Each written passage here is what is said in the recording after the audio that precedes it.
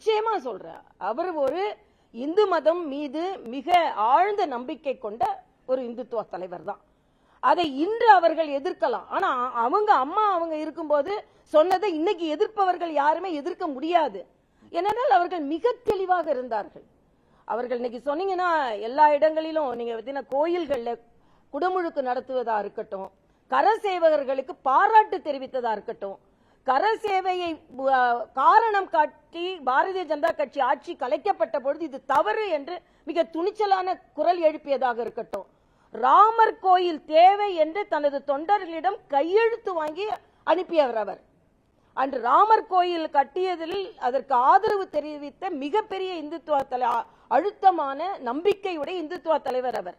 அதே மாதிரி கோயில்கள் எல்லாம் அன்னதானம் போட்ட தலைவர் அவர். அதனால மிக தெளிவாக அதே ராமசேதுக்கு மற்ற இங்கே திராவிட முன்னேற்ற கழகத்தை போன்றவர்கள் எதிர்ப்பு தெரிவிக்கும் போது அதற்கு ஆதரவு தெரிவித்தவர். ஆக இதற்கு எவ்வளவோ காரணங்களை எங்களால் முன்னிறுத்த முடியும். அதனால நிச்சயமா அவர் இன்று இருந்திருந்தால் நிச்சயமாக ராமர் கோயிலுக்கு சென்று சாமி கும்பிட்டு விட்டு இந்த ராமர் கோயில் எங்களது கனவு இது நிறைவேற்றப்பட்டிருக்கிறது என்று சொல்லுவார். ஏனென்றால் அப்படி சொல்வதற்கான அடித்தளம் இருக்கிறது. கரசேவகை பாராட்டி இருக்கிறார், ராமர் கோயில் வேண்டும் என்று அவர் அழுத்தமாக சொல்லி இருக்கிறார்.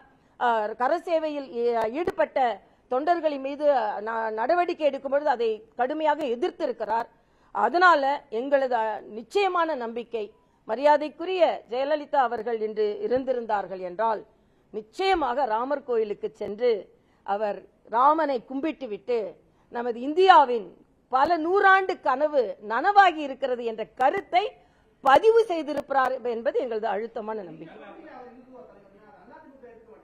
இல்ல அதிமுக அவங்க அதே அதிமுகவோட கொள்கையில அந்த தலைவர்கள் இருந்தாங்க. நான் என்ன கேட்கிறேன், அவர் கரசேவையை ஆதரித்த போது அங்கே உள்ள இன்னைக்கு எதிர்ப்பு பேசுறவங்க எல்லாம் எதிர்த்தாங்களா? இல்ல குறுகிய வட்டம் இல்ல, இது பெரிய வட்டம். இது நாங்க அவரை இன்னும் பறந்துபட்டு இந்தியா முழுவதும் அவர்களை கொண்டு செல்ல விரும்புகிறோம். நீங்க பெரிய வட்டம், இது குறுகிய வட்டத்துல தான் நீங்க அந்த அம்மாவை வைக்க முயற்சி செய்கிறீர்கள். நாங்கள் பெரிய வட்டத்திற்கு அவர்களை எடுத்து செல்ல விரும்புகிறோம் என்பதுதான் எங்களது கருத்து.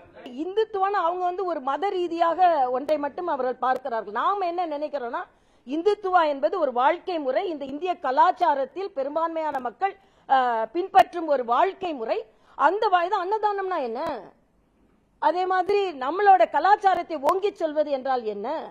ஆக அதை அவர் செய்தார். அதனால் அந்த இந்துத்துவத்திற்கு அவர் ஆதரவாக இருந்தார் என்பது இல்ல. அப்படி பார்த்தா நம்ம மரியாதைக்குரிய மேடம் ஜெயலலிதா அவர்கள் எவ்வளவு ஆன்மீக நிகழ்ச்சிகள்ல கலந்துகிட்டாங்க, எவ்வளவு ஆன்மீகத்தின் மீது நம்பிக்கை உடையவர்களாக இருந்தார்கள், கால நேரத்தை எவ்வளவு சிறப்பாக பின்பற்றினார்கள். உங்களுக்கு எல்லாம் நினைவிருக்கும், கால நிர்ணயம் செய்து அதே நேரத்தில் தான் தமிழ்நாடு முழுசும் எல்லாரும் நாமினேஷன் தாக்கல் செய்யணும்னு அவங்க நேரடியா சொன்னாங்க. ஆனா நான் இன்னொரு கேள்வி கேட்டேன் ஒரு பேட்டியில, இன்று இந்துத்துவாயை எதிர்க்கிறோம், சனாதானத்தில் உள்ள நம்பிக்கை, சனாதானம்னா நீங்க சொல்ற மாதிரி ஏற்றத்தாழ்வு இல்ல, அது ஒரு வாழ்க்கை முறை, ஒரு நேர்மையான வாழ்க்கை முறை எதிர்க்கிறோம் சொன்ன திராவிட முன்னேற்ற கழகத்தை சார்ந்தவர்கள் எத்தனை பேர் ராகு காலத்திலையும் யமகண்டத்திலையும் போய் நாமினேஷன் தாக்கல் செஞ்சாங்கன்னு என்று சொல்லட்டும்.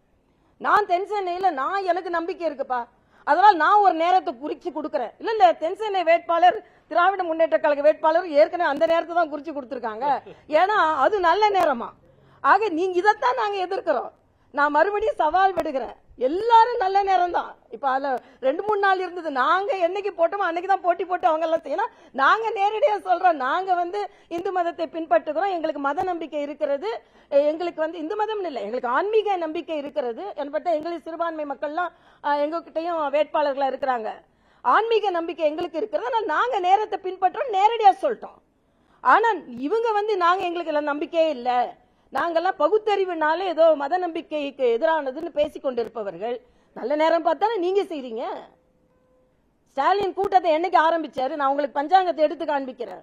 நேர கால அவகாசம் எல்லாம் பார்த்துதான் ஆரம்பிக்கிறாங்க. இதை நான் சவாலாவே விட முடியும் என்னால. அதனால அவங்க சொல்வது எல்லாமே போலி மதவாதம் என்பதைத்தான் நாங்க சொல்கிறோம். மதச்சார்பின்மை, போலி மதச்சார்பினை பேசிக் கொண்டிருக்கிறார்கள். நாங்கள் உண்மையான மதச்சார்பின்மை பேசிக் கொண்டிருக்கிறோம்.